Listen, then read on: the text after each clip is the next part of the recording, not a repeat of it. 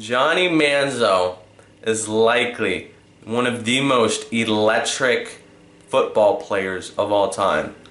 But he's not remembered for that. He's remembered for being arrogant, cocky, and for letting his love of partying cost him a career in the NFL. What's going on, everyone? My name is Drew. Welcome back to Captain Cardiac. Today, we're going to be doing a brief history of Johnny Manziel. He is one of the most interesting stories out of any player.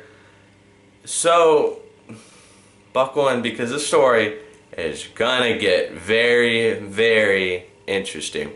So let's start this off. 2014 NFL Draft. When the college football season ended, a season in which he won the Heisman and pretty much wrecked everyone Texas A&M faced. Looked like he'd be the number one. It seemed like he'd be the number one pick, but when you look at Johnny Manziel, he fell because you look at him, his style of play doesn't translate. What are the pros?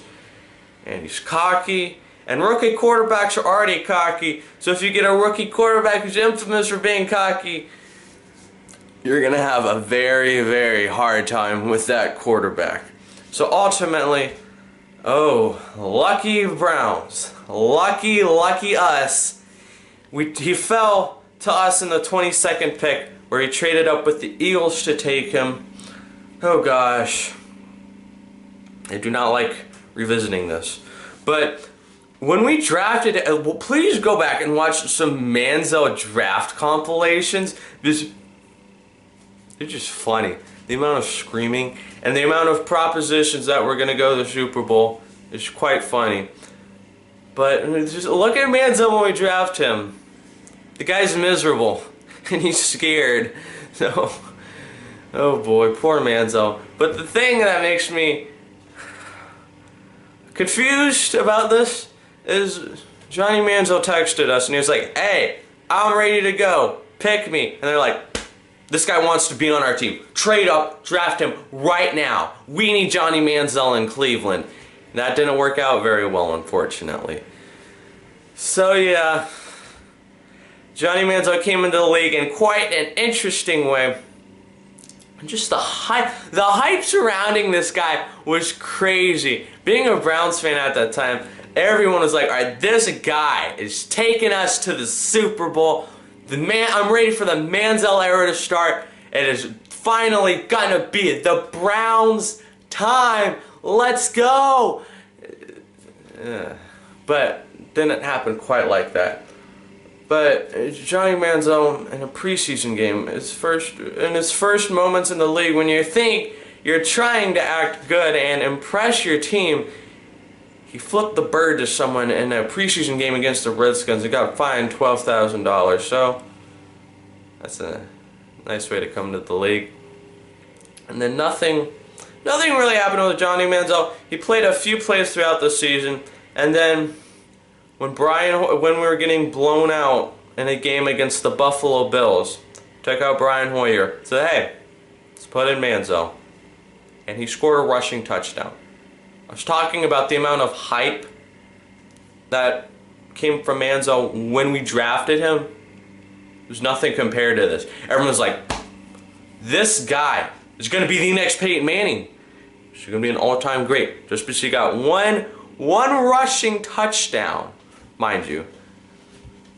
So that was, even ESPN was covering this and saying, maybe Manziel's the one, you know.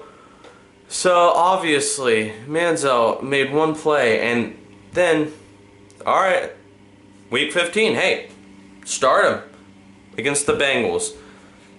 I remember this game too. I was at a sports bar. I was like, Lil Drew was like, "Hey, let's go. We're about to win this game. Manziel all the way. Money, money, money." And we got lost 30-0. So, not a great way. This happens a lot with Manziel, where he'll show promise and then ultimately he doesn't deliver. Oh God.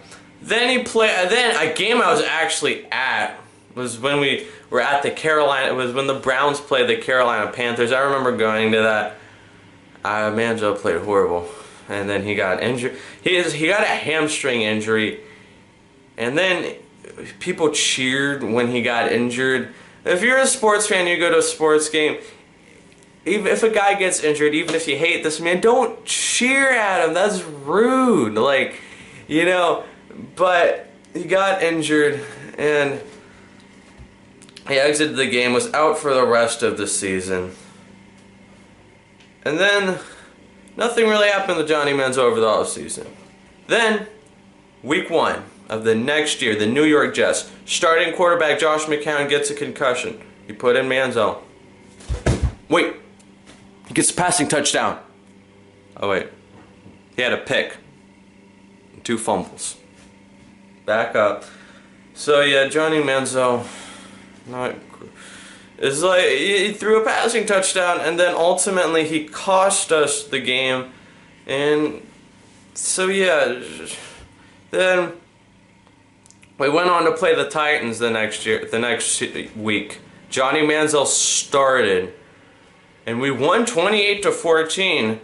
The hype for Johnny Manziel didn't swell up a lot that time, but it was like, hey, he played quite well. He showed a lot of potential, and we're like, hey, maybe he won't be a huge draft bust. Is that possible? But then we benched him when McCown came back. And then he got another injury. And then he went into week 9. Once again against the Cincinnati Bengals. Ladies and gentlemen, last time he played, he won 28-14. I think times are changing. Oh, wait.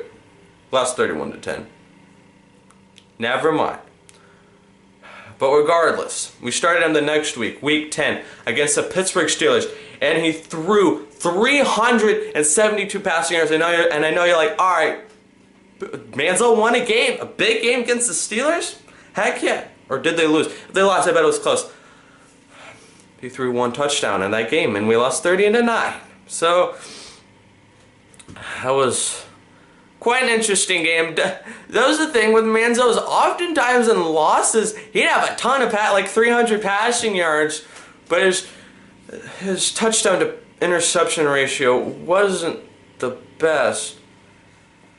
Then he was named the starter for the rest of the season, but going into the bye week, a video surfaced of him partying at a club, and we moved him back to 3rd string. The thing about Manziel is just like, I think when you're in this situation, when you are named the starting quarterback, I don't know why you'd feel the need to go out and party when you know that this opportunity could potentially be taken from you. I just never understood that, and that's one of the things that really ruined Manziel's NFL career, was just his arrogance and that constant need for partying, even when he really shouldn't be. And then, hey, his next start, 24-18, against the 49ers. He won again. But then, during the offseason, Johnny Manziel, he wore a blonde wig at a club in Los Angeles and said his name was Billy Vegas. Oh God. It's one of the weirdest incidents in the NFL. Goes that part. I remember, you need to remember the amount of memes, oh my God, that came out when Johnny Manziel, when this happened. Oh God, man. But then, that offseason, we did release Johnny Manziel. Ultimately, the amount of partying and amount of arrogance and him not quite delivering on the football field really contributed to us releasing him. I mean, you look at Johnny and it's just like, it's honestly kind of sad. Him coming out of college, he was one of the most hyped players in the nation. And then, really, his constant addiction to partying really cost him a lot in the NFL. But where's Johnny right now? He's been trying to come back to the NFL since getting released by the Browns. Not to great avail, but recently he did play in a spring league, and he actually played really well. And he signed with a CFL team called the Hamilton Tiger Cats. So, could Johnny Manziel possibly come back to the NFL? Honestly, I couldn't tell you the answer. Manziel's been an unconventional player. A lot of interesting things have happened to him in his career. Could another interesting thing possibly happen? We'll have to figure it out. But ladies and gentlemen, I want to thank you guys so much for watching. Please like or subscribe if you'd like to see more videos just like this one. And comment down below, would you like me to do more a brief history of videos on more players? Thank you guys so much for watching. Have a great day. Bye, guys.